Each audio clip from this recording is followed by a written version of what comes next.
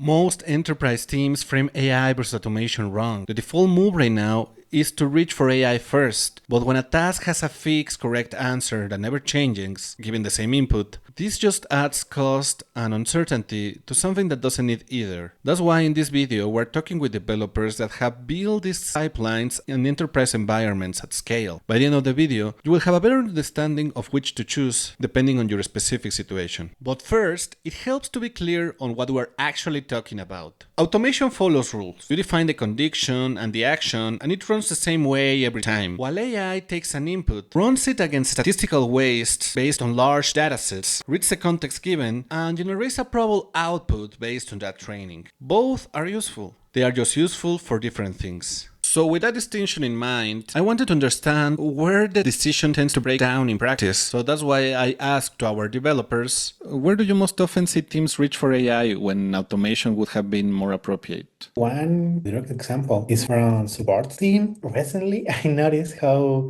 building AI chats, Slack bots powered by AI are like rising a lot when most of the times it can just be solved by a workflow with approval and that's it. The truth is like there's a lot of pressure right now from leadership to use AI, and sometimes the goal is not just to solve a problem; it's to prove you are using it. So yeah, you just think about this: you have a budget to a certain amount of like tokens you need to spend, and you have to spend them, regardless if you are solving or not like real problems. And we end up in a situation where token consumption it's more like a vanity metric, same as line of code, and we all know like neither one of them tells you. I mean, you are really solving a problem in a good way. Whenever we are facing a problem, it is very tentative to start working with AI just to do something because it is fast. That is an approach that current teams are following, but it is not the best really. Another interesting part of this problem is that most people are currently using the model, the most expensive model, just because it is supposed to be better, but it is not the case actually. We need to really understand what tool to use in each case for different things.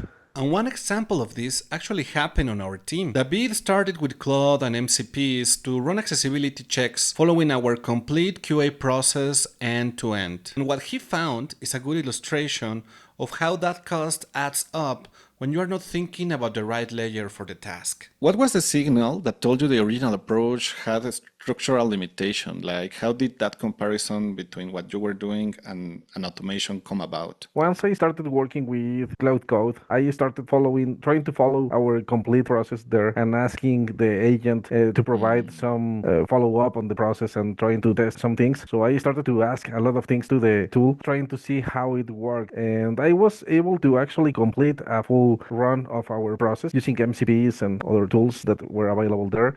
But the problem was that after doing that, I noticed that I spent a lot of time working on that, configuring everything, and also the token usage was like very impressive to me. It was something about 800,000 tokens. Wow. So I think it was a lot for a session. Then I started working in a different approach in which I was using AI to actually create a more sustainable solution. I started using that to create tests using Playwright, which could provide a more stable output and also will decrease the use of tokens that I will need in every single run. So automation clearly has a ceiling, and leading with it as a base layer really is about recognizing where it performs reliably, and it's not an argument against AI. But understanding where the ceiling actually sits is what determines where AI earns its place in the pipeline. And from what you have built, what's a check that automation handled well at first, and where did it stop being enough? And what do you do in these cases? Do you go immediately for AI, or what's the process? We always try to do the solution by workflow because they are reusable, because they have less token usage. For an example, we were working in an accessibility check that was intended to work in a CLI. So for this tool, we made a lot of automation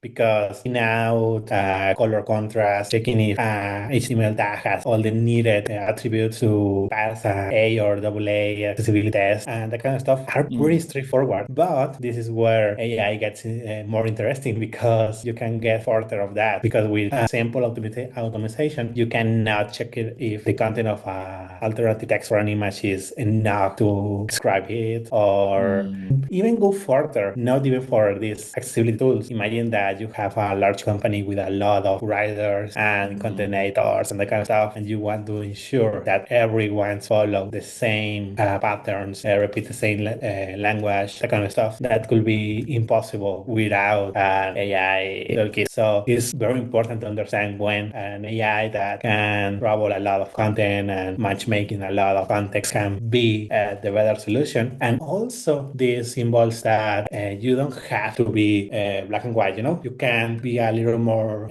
pragmatic with it and say, hey, I can combine this workflow element with sparkles of AI. So, and for this, you have to understand how AI works, how Cloud Code, how Anthropic's APIs, OpenAI Codex stuff gets information and bring to the CLIs, to the agents, information in the way that they are better suited for understanding. So based on what this team has seen in practice, some issues tend to surface the right answer before the architecture gets locked in. When a team comes to you before they have built anything, what are the things that you need to know first before getting any work done? What they expect to see in the output, if they are expecting to see like a consistent result or something similar every time they run a process or they run a tool, maybe it is not the best option to use just AI. We can do some things to try to shape the response of AI, but we need to understand that there is a non-deterministic approach always when using this kind of tools. We may actually not get the expected result for that. And also, I think it is very important to ask them what they are currently using and if they are open to actually try a different approach, because we get a lot of requests saying I need to develop something using AI, but we need to understand to what extent they are talking, because maybe we can use AI for interpretation of results or for presentation of things or for making things available to the users, but maybe not in the core, because we can add automation that will be more stable, cheaper, and more efficient also, and just add an additional layer of AI for presentation purposes. It's also important to know how and where the data came from, because if that data is always in the same format and normalized and in the same shape, probably an automation will be a good fit and good enough to solve the problem. Probably you can sparkle AI in the result or in the middle. But if you don't know how that data came, or is very different depending on the user, probably came from, I don't know, documents, then is when AI can be a better fit, because one superpower of an LLM is that they can match a lot of inputs into the same data. Also, another thing that is very important is remember that probably in an organization, everyone doesn't have the access to tools, and it's very important to know if the team that you have to solve some problem has access to an LLM, which LLM, because depending on business and contracts and that kind of stuff, you can have access to one or another tool. And you can waste a lot of time trying to solve something, and at the end you can use it. Another thing to understand is, are we building a prototype, like an MVP, POC or something, or is this thing going right to production? Because a lot of things, treat their first, functional version of the project as the final one, and I end up getting way more expensive at the end, fixing bugs and all this legacy code that end up in production. I mean, without a proper understanding of what they are building. Automation provides the stable, auditable layer, and AI makes the judgment calls that automation cannot handle. Deciding which layer belongs where and why is the conversation worth having before the build takes place. If someone watching this takes one thing into their next AI discussion, what would you want it to be? They need to be very aware of how they are using AI and to check if they are actually getting more productive or not, because it is very easy to think that you are being more productive because there are a lot of things happening and there is a lot of things being produced, but is it really something that is solving something, or are you just seeing a lot of things happen that you don't really understand? That is not the same as being productive. One thing to keep in mind is, token price is not real, it's kind of subsidized, and companies are not really feeling yet. I mean, even when you can see how prices are really increasing sometimes, from a particular amount monthly to, growing somehow exponentially. And we need to understand, and we need to start building that discipline for trying to understand, how much are we spending, which models are we using in order to have a better position whenever this change, just to avoid getting into a point like it's, the usage of tokens is way more expensive than the situation or the problem we are solving with.